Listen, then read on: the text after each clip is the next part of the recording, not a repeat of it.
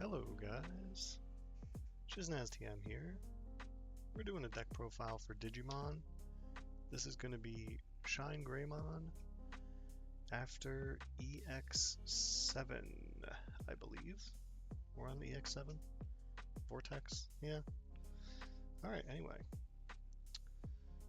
So ShineGreymon is something I picked up recently. It's a fun deck. I got first at locals last week, 4 rounds. Beat out a okay amount of meta decks, but our locals is pretty casual. So we're starting with the 4 Koromon from BT12. The 1k DP reduction is nice. It feels really bad when you miss something by 1k. So you gotta play it. You can play red base, but you lose a lot of access to cards like trainings because everything else in your deck is yellow. So red base is something I've thought about, but I think this is just the way to go. For the rookies, we're starting off with 4 Agumon from BT12. This is your searcher. Top 4, add a tribe and Marcus. Generally always good. Good first turn is an Agumon and Raising. Play this guy out. Try to get into a Marcus for your Greymon. It's probably your best turn 1 play that you can do. And yeah, you gotta run 4.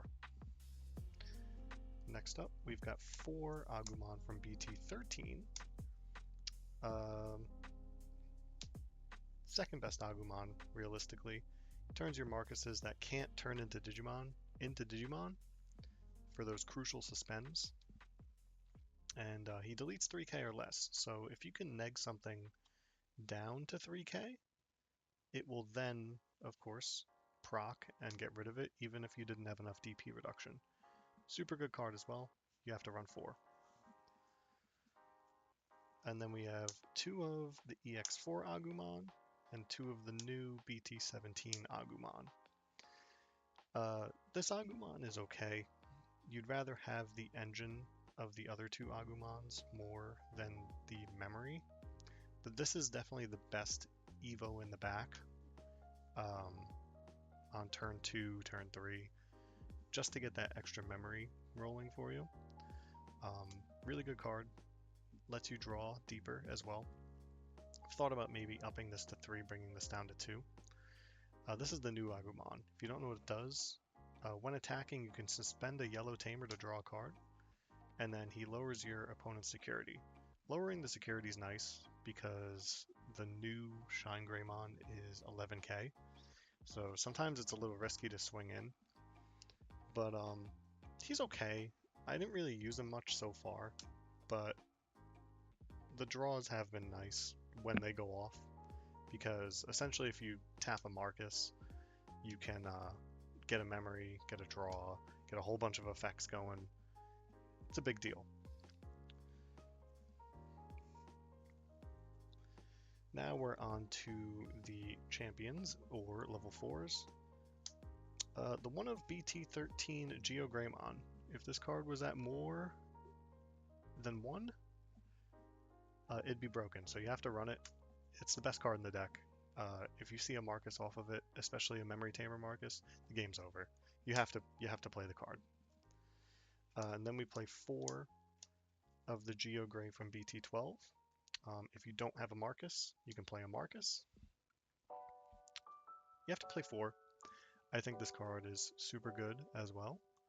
It deserves a spot, because if you don't have Marcus, you're not really doing anything. So getting the free Marcus is always great. Then we have 3 of the EX4 ShineGrey. Again, it's another good Evo in the back, especially when you're trying to choke your opponent. He's not too great on field. He's more draw power, just like the EX4 Agumon. But he is a really good card. And I think that he,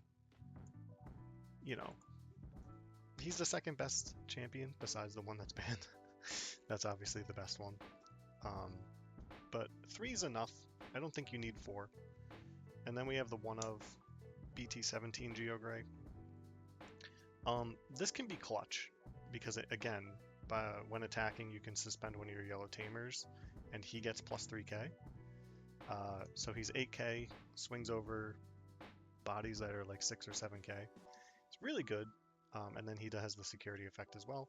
Just one of. It's okay. Then we have 4 of the BT13 ShineGreymon. Again, this card has when you Digivolve, play a Marcus, and that's just how this deck wins. You get out a bunch of Marcus and you win the game. And the other effect, which is also really good, on the card, printed plus the inheritable, if a Marcus dies, it goes to security instead. That can be any Marcus from the trash, not just the one that's destroyed. So it's free recovery, and then of course you have the Marcus in security. When they hit your security, Marcus just comes back out. Really good card. You have to play 4. Next up, we've got the BT17 ShineGreymon. This card is actually awesome. So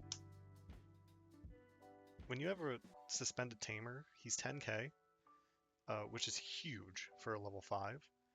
And then when you Digivolve and when you attack, you can suspend a a tamer to minus 3k something. So essentially this card is 13k. It's a walking 13k, potentially a walking 16k, just by, having 2 Marcuses on the board. And then he has the inheritable of the previous ShineGreymon to recover the Marcus.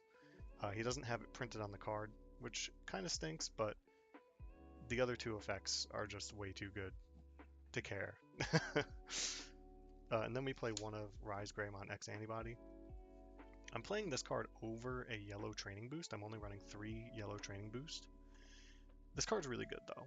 It plays a Marcus, and then he gets extra DP. The extra DP doesn't really matter too much in the grand scheme of things, but being able to go Geo, play a Marcus, Rise, play a Marcus, Rise Gray, play a Marcus, Shine Gray from BT17, play a Marcus. If you have all those Marcuses, somehow, the game is over. There's nothing they can do if you get that many Marcuses out. So this card's really good. I just play 1. I might cut it, but I'm not entirely sure. We play 2 of the BT12 ShineGreymon. He's your aggro play, because defensive play is really good in Digimon right now, just because of all the deletion and removal going around. But he allows one of your Marcuses to come up, become a 12k and swing, and when you suspend a Marcus, or any tamer for that matter, you trash your opponent's security. So essentially he's 2 checks, 3 checks with a Marcus. So this is your aggro card. 2 is enough. You don't really need more than 2. Then we have 3 ShineGreymon from BT17. This card is really good. So when Digivolving, it plays a Marcus. So that line I was talking about where you can play 4 Marcuses if you have them all, he fits that bill.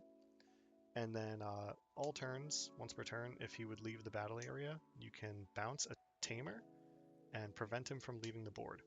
Specifically yellow tamer because he's yellow. But really good card.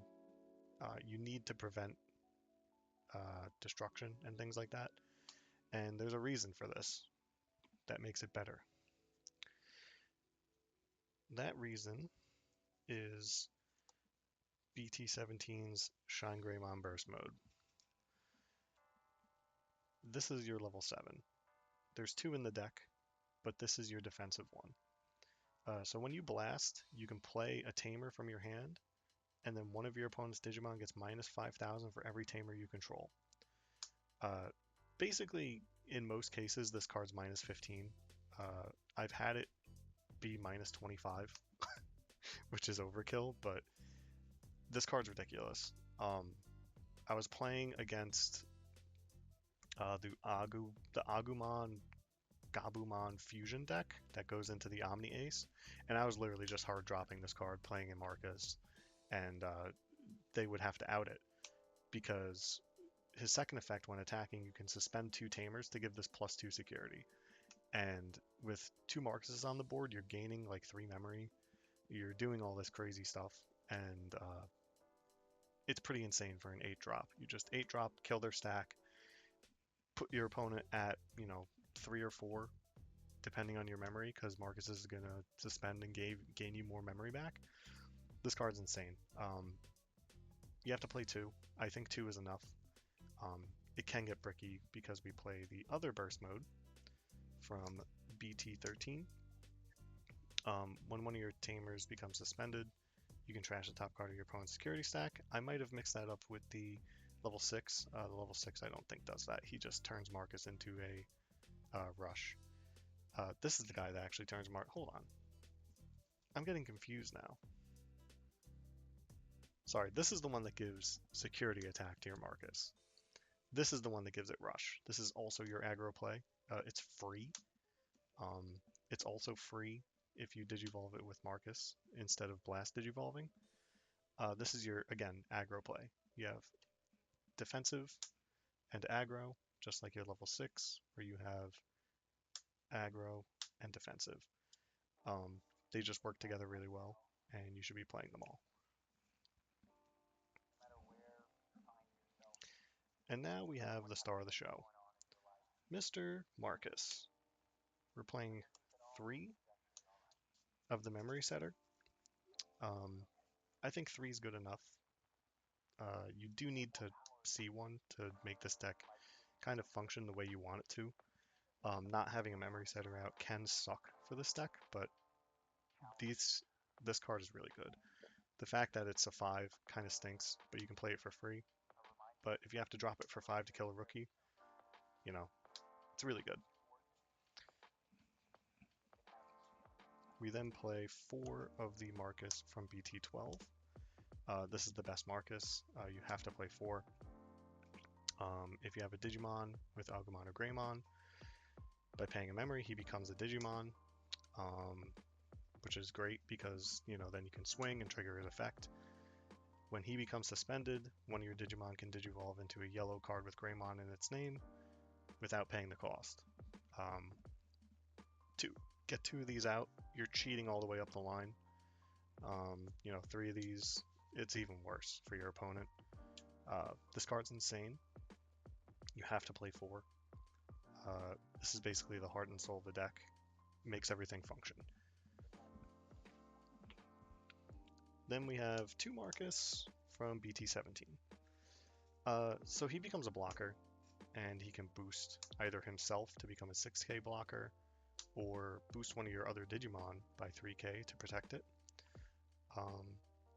Gains you a memory when he's suspended. He's okay. There are very rare situations where this card can lose you a game. I played against my friend who plays Blue Flare, and if this card gets hit in security, becoming a blocker is not it's not optional. So then you have 2 on board and they get all their Blue Flare effects and it becomes a disaster. That's the one thing that kind of stinks, but turning one of these Marcuses into a blocker is pretty good. But mainly that one and mainly this one, sorry, and the Memory Tamer are the ones you want to go for, because when they block, you get an extra effect. And then to finish off the deck profile, we're just having 3 physical trainings. Consistency cards. It's good to choke early on. Really good card. Searches literally every card in your deck. And that is also why we play the yellow base, so you can play it on turn 1 just in case. But yeah, this deck is super fun. It's pretty good into the meta right now.